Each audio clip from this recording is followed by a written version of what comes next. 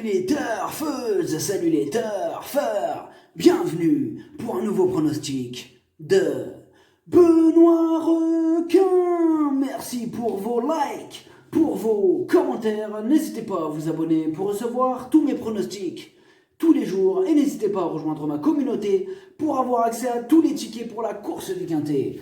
Ok, place au pronostic du Quintet du vendredi 6 novembre, direction Paris-Vincennes pour le prix Gemma. 3 attelés, 2850 mètres, 16 partants, réunion 1, course 3, indice de confiance, 2 sur 5.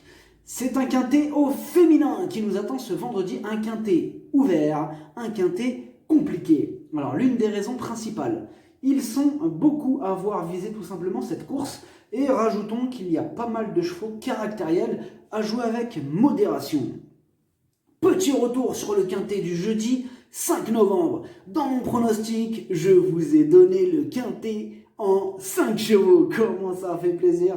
D'ailleurs, du coup, la totale en 5 chevaux, tiercé, quarté, multi et quintet en 5 chevaux, ça fait trop plaisir. Il y a des résultats. On continue comme ça. Vous êtes au bon endroit.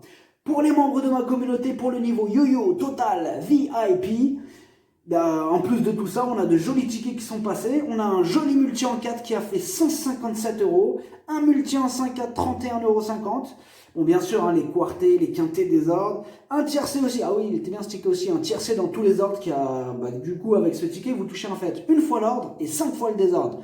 Ce qui rapporte 180 €. Ça, c'est un beau ticket aussi, il fait plaisir. Le multi en 6 aussi, je l'avais proposé 4 fois, qui nous fait 42 €. Donc c'est bien.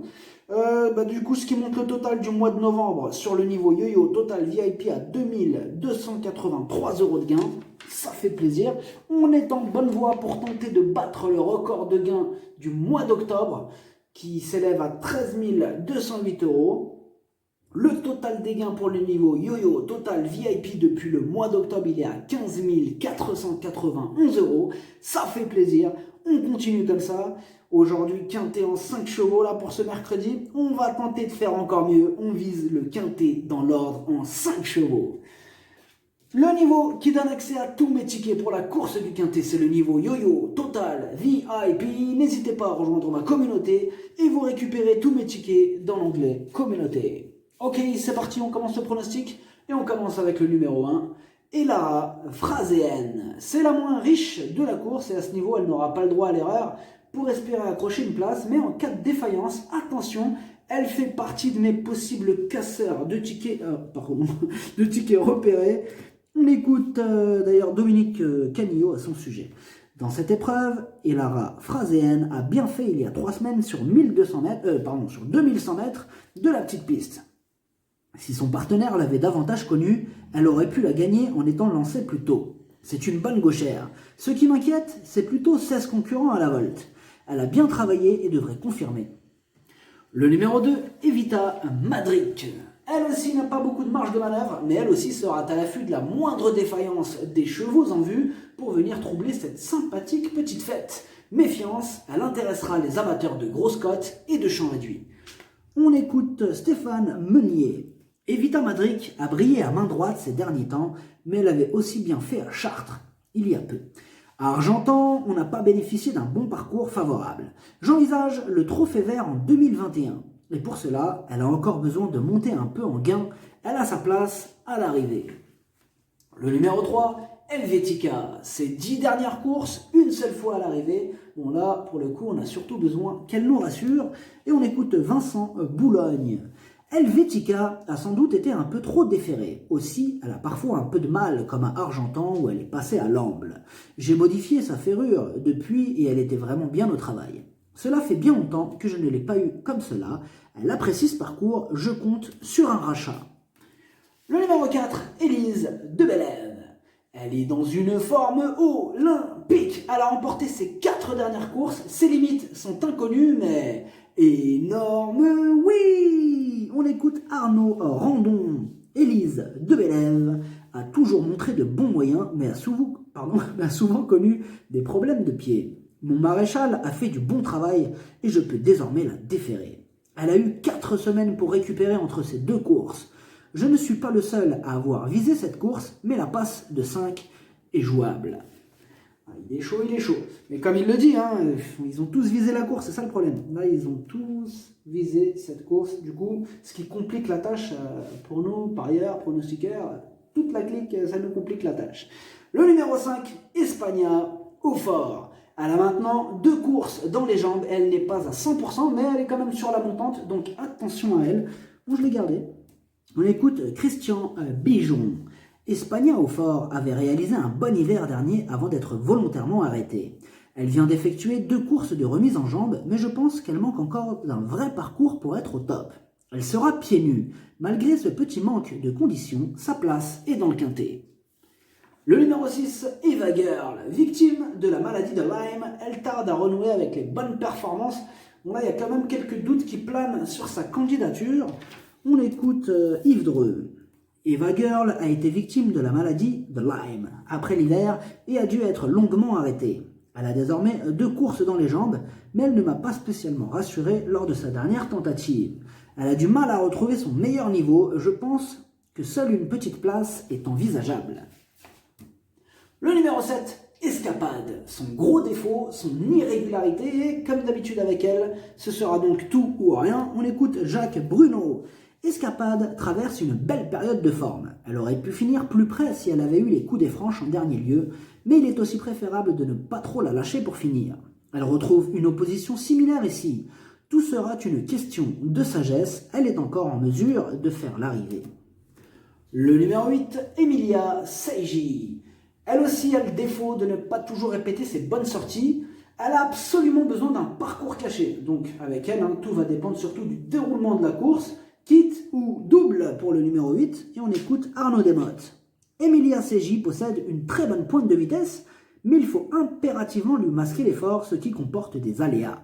En dernier lieu, elle a profité d'un excellent parcours pour prendre la 2e place. Elle retrouve quasiment les mêmes juments et peut confirmer à l'issue d'un bon parcours. Le numéro 9, Elite San Leandro. Elle a montré qu'elle avait besoin de courir lors de sa rentrée. Des progrès sont attendus sur cette sortie.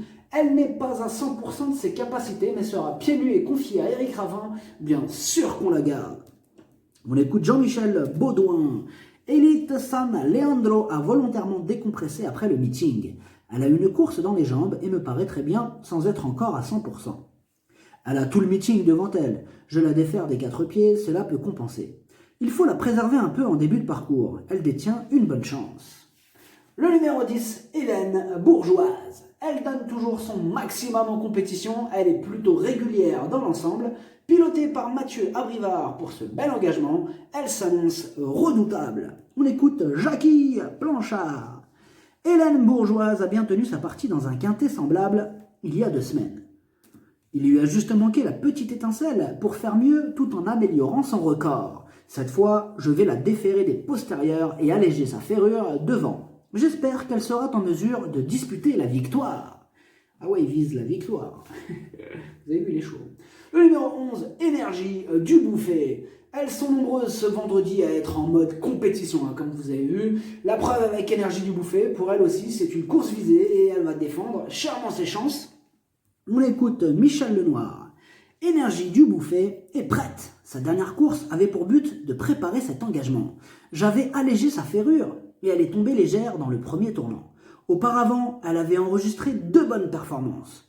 Je ne suis pas le seul à avoir visé ça, mais sa forme est sûre et elle sera pieds nus.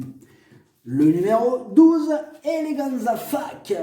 Elle n'est vraiment pas très régulière ces derniers temps, mais quand même, elle adore ce parcours et Franck Nivard la connaît par cœur. Si elle reste au trot, elle va en faire souffrir plus d'une sur sa route. On écoute Alexandre Ramage. Eleganza Fac a connu un petit problème de pied il y a plusieurs semaines. Aussi, je lui ai laissé du confort le mois dernier au Sable d'Olonne. Elle est très bien au travail. Franck Nivard la connaît parfaitement. Je la défère des 4 pieds et lui mets des œillères. Elle fait très bien ce parcours, je compte sur elle. Le numéro 13, envoûtante de Cassie. Ses 6 dernières courses, 6 échecs. Mais elle est en pleine progression et comme le prouve sa récente 6e place, à l'issue d'un parcours sans encombre, elle va tenter de casser un maximum de tickets.